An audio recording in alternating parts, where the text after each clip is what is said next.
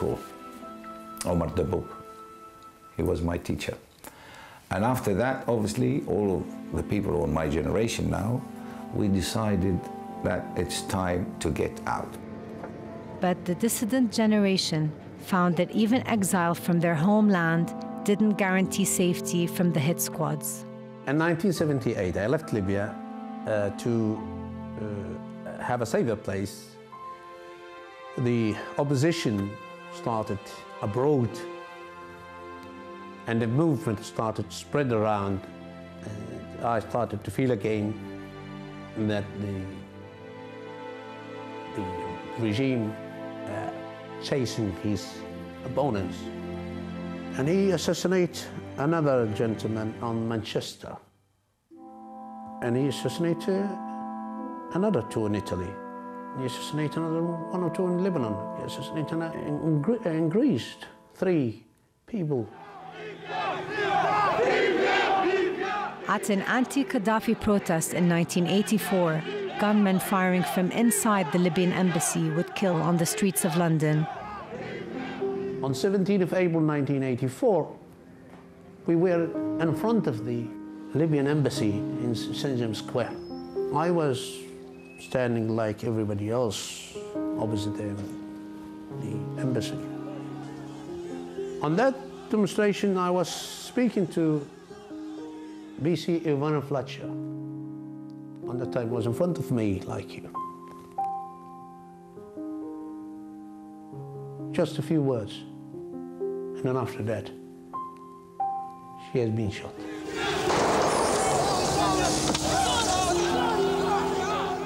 Other of my friends or my colleagues, they have been shot. There were 11 being shot. He killed people inside Libya. He killed people outside. He, anyway, can do anything.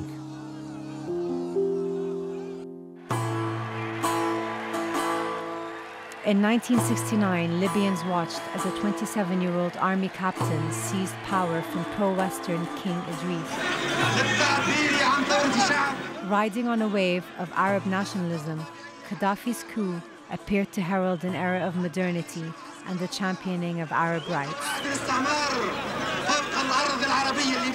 وحتى بداية السبعينات كان يضرب بالمثل الشعب الليبي. كانت المحلات لا تقفل. يعني فترة الظهيرة عندما الناس تمشي للقيلولة وكذا كان يضع عبارة عن عصا بتاع التنظيف هذه المكنسة ويغاتل. المحلات كانت مفتوحة. كان البلد عايش في أمان. The people, they were dreaming of what he was telling us. And it was a dream to see prosperity, happiness, and progress. But then we start to understand, but what happened, that he could really be clever enough to separate the people from themselves. His new order meant the end of political freedom. Elections were cancelled, the constitution annulled, unions banned, and civil institutions undermined. ليبيا ومنذ عدة سنوات يعني أكثر من 40 سنة يعني لا توجد لدينا صحافة حرة، ليس لدينا أحزاب، ليس لدينا مؤسسات، كل شيء محتكر من النظام. في ليبيا ما فيش إلا صوت واحد وهو صوت رأس النظام أو رأس اللانظام فقط. ما عندناش مؤسسات، لا توجد أي مؤسسات في ليبيا. الرأي حرية الرأي في ليبيا منعدمة. يعني قد تسب الله واستغفر الله ولا تسب النظام. I grew up with not liking what I see. I've always been known for speaking my mind. I got in trouble in Libya. I was arrested a day or two.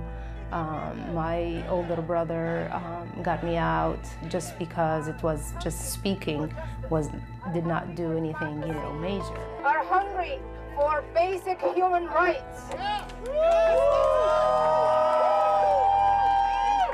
My name is Shahrazad Kablan. I'm a teacher. I teach in a high school. All of a sudden found myself an activist. Looking back at Gaddafi and what he has done over the years, 42 years of brutality, 42 years of scaring people, I'm not surprised at what's going on.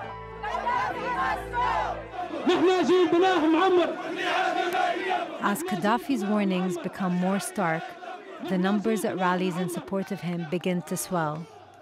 Those who have chosen loyalty to the regime and may heed his call to arms and to re-establish order.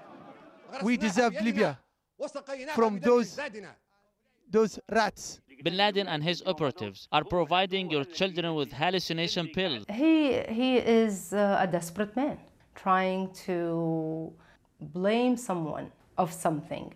And he's trying to reach out to the West, because the West is afraid of extremism, the West is afraid of Bin Laden, the West is afraid of Muslim Brotherhood, you name it.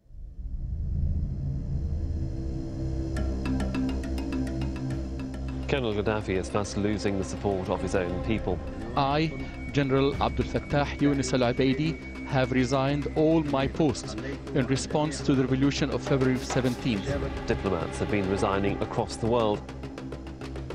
As Gaddafi's government appears to be on the brink of collapse, The current regime is unjust and oppressive.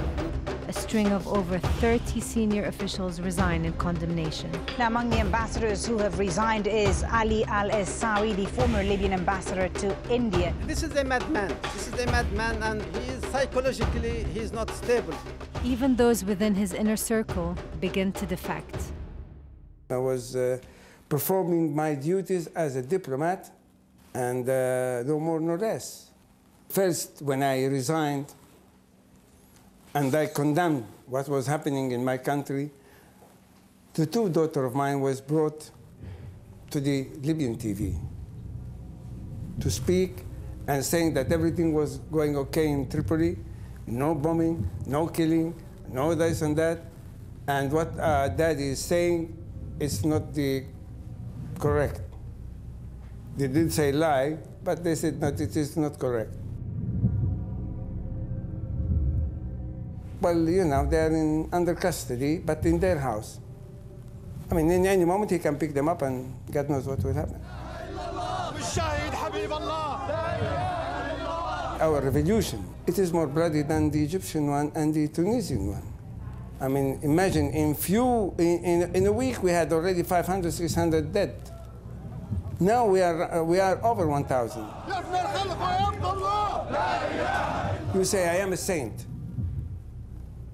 But meanwhile, when you say I am a saint, you are doing a diabolic act. So you are not anymore a saint, but you are a devil. Defections of military and air force chiefs and even whole units enable the movement to take control of large parts of the country. They say orders to target civilians pushed them to defy Gaddafi.